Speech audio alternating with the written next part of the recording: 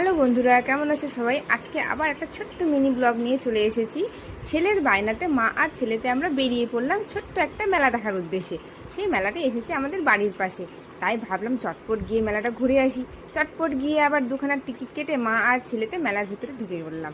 ঢুকে গিয়ে সেই রকমারি দোকানগুলো এসেছে ছোটোখাটো, তাও ভাবলাম একটুখানি ঘেটে ঘুটে দেখিনি বাপু যখন এসেছি, তাই সেই টুকিটাকি কিনে নিলাম। দেখে নেওয়ার পরে তারপরে মা দেখো এখানে আমার ছেলের দুষ্টামি।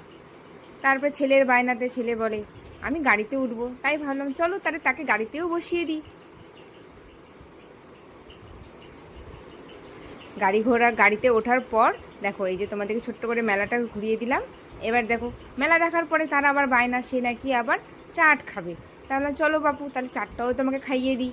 চাট খাইয়ে দিয়ে বাড়ি ফেরার সময় একটা ছোট্ট খেলনা নিয়ে বাড়ি ফিরে পড়লাম। সেই খেলনা নিয়ে আজব মুশকিল, সে আবার চালাতে পারে না বাপু। তাই ভাবলাম যে দাঁড়াও আমি চালিয়ে দিচ্ছি। সে আমার হাতে নিয়ে ও একবার চালিয়ে দেখে খুশি হয়ে গেল। তারপর সেই খেলনা নিয়ে বাড়ি ফিরে আমরা বাড়ির দিকে রওনা হয়ে গেলাম।